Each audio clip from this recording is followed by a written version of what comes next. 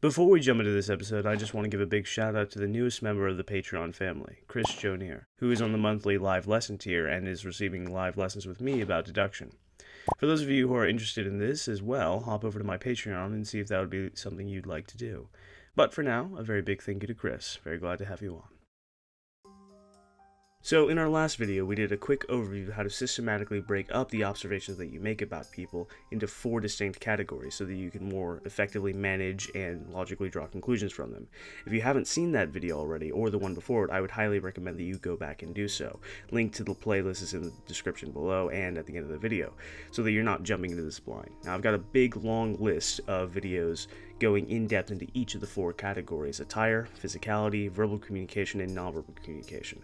The next 8 videos or so are going to focus on attire, starting with this one, which is going to be on determining the expense and age of clothes based off of the elasticity and degradation of the fibers. For sake of time, I'll be keeping these videos as short, concise, and to the point as I possibly can. So if you have any questions on specifics, then leave them in the comments down below, or feel free to direct message me. Links to all the socials are down in the description. As a caveat, I feel it needs to be said, because the purpose of analyzing these things is going to be misconstrued by some. So, in an attempt to set the record straight, the purpose of analyzing these things is not to judge a person in the sense of determining their worth and value as a human being, and then treating them either better or worse based off of how expensive or old their clothes are. Such an act would be a complete waste of time, especially for someone who wants to simply draw objective conclusions about people based off careful observation and clear logic for any number of reasons. Functional, altruistic, just the mental challenge. There are a number of reasons that people want to do this. And to then take that objectively derived conclusion and use it to fuel a subjective bias would be counterproductive to the entire process and defeat the purpose of looking for the conclusion itself. So for the deductionist, it's a waste of time to make judgments about people. Furthermore, it's not only a waste of time, but destructive to the logical process, because if you introduce a bias into the logical process, it disrupts it.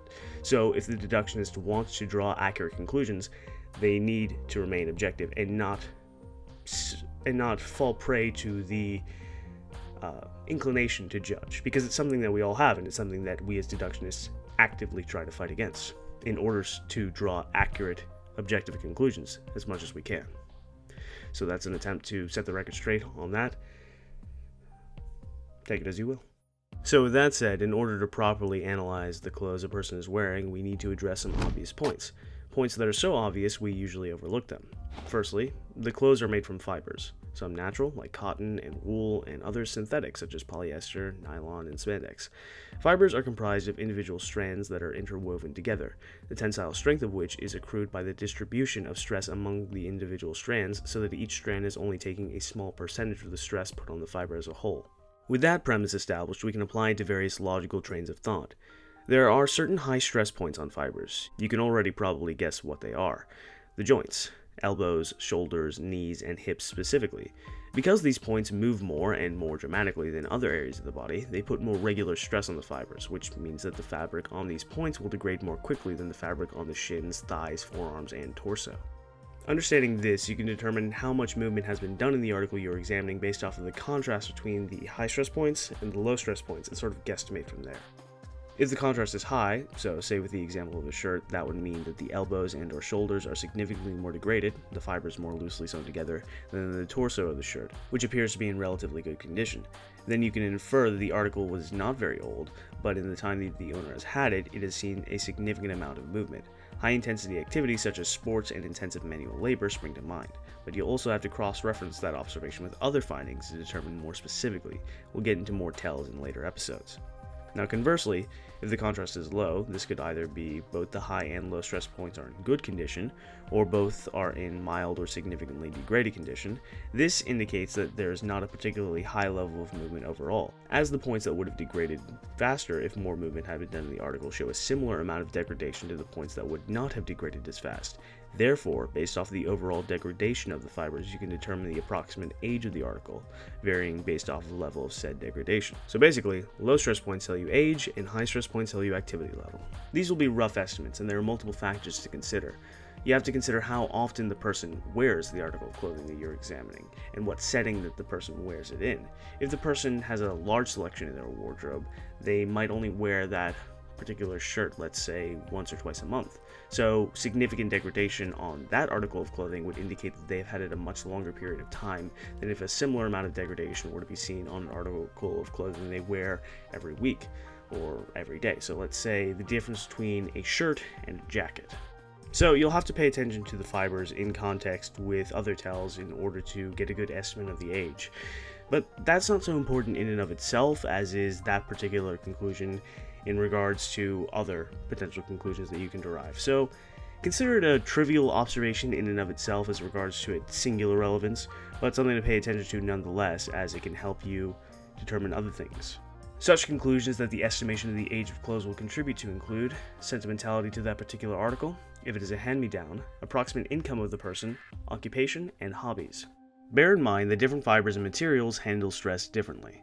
Clothes specifically designed for high-intensity sports are designed to handle the stress on the fibers and last longer, so bear that factor in mind in your analysis. Now, the expense of clothes will be borne out in two things: the brand and quality of the material. We all know that certain coveted name brands are more expensive, even if they're less functional than cheaper alternatives, meaning that they are usually purchased as status symbols. This doesn't necessarily mean that the person's income reflects the status they are putting forth. The person might be breaking the bank to invest in these name brand clothes in order to be accepted in the high status groups that value the image of wealth. So you have to look for idiosyncrasies when observing to determine if the image presented is in fact an accurate reflection. And this is true in many things, not just the analysis of clothing. To see the truth behind the facade, you have to recognize and accept that there is a facade there. So again, we'll be getting into more tells that will help in the analysis in future videos, so don't try and draw conclusions from just the expense of their clothes alone. That being said, in my experience, clothes that are designed to stand out as name brands, so like logos largely visible on the t-shirt, are more common amongst people whose income doesn't match the portrayed status, while subtle symbols of wealth are more accurate indicators, although this is a tentative observation on my part, and certainly not true in every case, so take it with a little grain of salt. In those articles that are less obviously expensive, you must, once again, center your attention to the quality of the fibers themselves. An expensive suit is expensive because good materials are used to make it, and more time and effort is put into its construction as a whole. Now, it's hard to explain exactly how to gauge the quality of the fibers, but a good way to get some reference points is to go to various clothing stores. So from bargain brand stores to Walmart to name brand stores to stores where expensive formal wear is sold, go to these places and get a look and get a feel for how more expensive fibers compare to less expensive fibers. You can use that knowledge in future analysis. With that, we come to the end of this tell. Next episode, we'll look into more idiosyncratic data and how to determine if certain articles of clothing or accessories are luxury items for the person. So if you're new and interested in this sort of thing, be sure to subscribe and click the bell icon to stay notified. If you learned something here, be sure to leave a like, and of course feel free to ask any questions down in the comments below. If you'd like to support the channel, you can donate via Patreon or buy an Art of Deduction t-shirt. Links to those are in the description. Links to all the gear that I used to make this video, as well as some helpful resources, are in the description as well. So, as always, thanks for watching all you aspiring detectives out there. Arrivederci.